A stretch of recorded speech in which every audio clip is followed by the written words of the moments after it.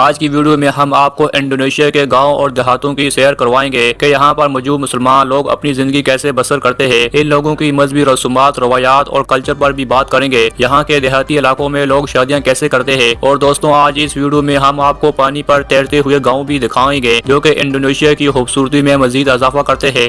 اس طرح کی بہت سی دلچسپ معلومات آج اس ویڈیو میں انڈونیشیا کے متعلق جانی جائے گی۔ آج کی ویڈیو انتہائی دلچسپ ہے تو اسے آخر تک لازمی واچ کریں، اور میری تمام نئے آنے والے دوستوں سے گزارش ہے کہ ہمارے چینل کو بھی سبسکرائب کریں، زیادہ سے زیادہ شیئر کریں اور لائک کریں تاکہ ہر ایک انفارمیٹو ویڈیو آپ تک پہنچائی جا سکے۔ دوستوں، انڈونیشیا ایشیا کا انتہائی خوبصورت ملک ہے جو 17,000 سے زیادہ چھوٹے بڑے ذخائر پر مشتمل ہے، جو کہ انڈونیشیا کو دنیا کا سب سے بڑا ذخیرہ نما ملک بناتے ہیں۔ انڈونیشیا کل 270.5 ملین افراد کی آبادی پر مشتمل ہے، جن میں 41% لوگ انڈونیشیا کے دور دراز اور انتہائی خوبصورت دیہاتی علاقوں میں رہائش پذیر ہیں۔ انڈونیشیا میں کل 83,971 کے قریب تمام چھوٹے بڑے گاؤں اور دیہات آباد ہے، جہاں پر لوگ انتہائی سادہ، پرسکون اور خوشحال زندگی بسر کرتے ہیں۔ اگر ان دیہاتی لوگوں کے مذہب پر بات کریں تو یہاں پر مختلف مذہب کے لوگ آباد ہیں، جن میں مسلمان یہاں سب سے زیادہ ہے۔ اس کے علاوہ ہندو، عیسائی، بدھ مت کے کمیونٹی بھی شامل ہے۔ انڈونیشیا کے مختلف علاقوں میں بنائے جانے والے ان خوبصورت گھروں کو انڈونیشین زبان میں لمبا ادب یا رما گنگ کہا جاتا ہے۔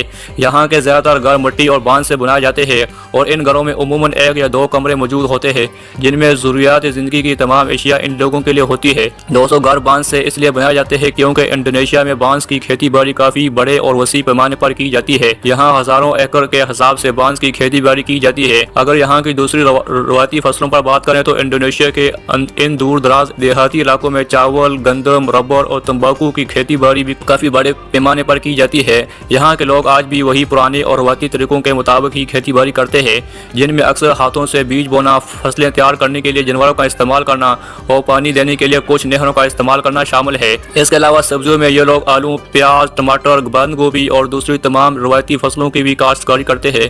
اور دوستوں، آپ کو بتاتے چلے کہ انڈونیشیا میں سب سے زیادہ چائے کی پیداوار کی جاتی ہے۔ انڈونیشیا کی بلیک ٹی اور ریڈ ٹی پوری دنیا میں مشہور ہے۔ یہاں سالانہ 1,22,000 میٹرک ٹن چائے کی پیداوار ہوتی ہے۔ یہ ملک اپنی چائے کی پیداوار میں دنیا بھر میں مشہور ہے اور چائے کو ایکسپورٹ کرنے میں یہ دنیا کے 4تھے نمبر پر آتا ہے۔ انڈونیشیا کے دیہاتی علاقے اپنی خوبصورت ثقافت، رنگین روایات اور مذہبی تہواروں کے لیے مشہور ہے۔ یہاں کی دیہاتی زندگی اپنے خاص انداز، سادگی اور خوشی کے لیے جانی جاتی ہے۔ یہاں کے لوگ ایک خاص نوعیت کی زندگی بسر کرتے ہیں جو کہ انڈونیشیا کے شہری زندگی سے بالکل مختلف ہے۔ اگر یہاں کے لوگوں کی سادگی کا جائزہ لیا جائے تو ان کی زندگی میں مقامی ثقافت، معاشرتی ڈھانچہ اور ماحولیاتی حالات شامل ہے۔ گاؤں کے تمام لوگ عام طور پر ایک دوسرے کے ساتھ مل جل کر رہتے ہیں اور گاؤں کے تمام معاملات کے اندر مل جل کر حصہ لیتے ہیں۔ انڈونیشیا ایک اسلامی ملک ہے، اس لیے یہاں پر تمام مذہبی تہوار جیسے کہ عید الفطر، عید الاضحیٰ، مجلس اور دوسرے تمام مذہبی تہوار یہاں آپس میں مل جل کر منائے جاتے ہیں، جو کہ یہاں پر بسنے والے لوگوں کے لیے زندگی کا ایک اہم حصہ ہے۔ یہاں کی شادی بھی تہوار ہو یا لوگ آپس میں مل جل کر مناتے ہیں، جو کہ ایک مضبوط معاشرتی تعلق کو فروغ دیتی ہے۔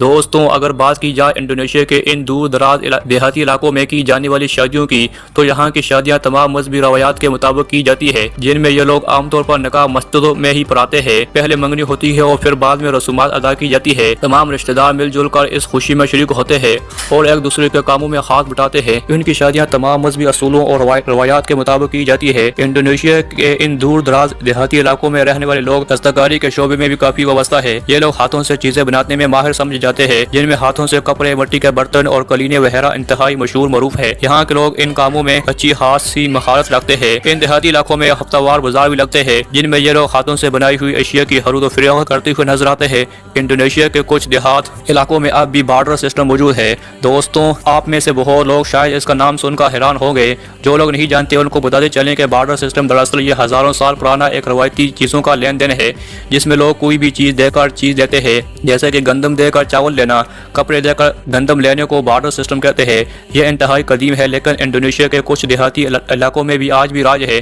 مرغیوں کی فائٹنگ، انڈونیشیا کی دیہاتی علاقوں میں مرغیوں کی فائٹنگ بھی کروائی جاتی ہے، جو کہ سننے میں بھی کافی حیرانگی کی بات ہے۔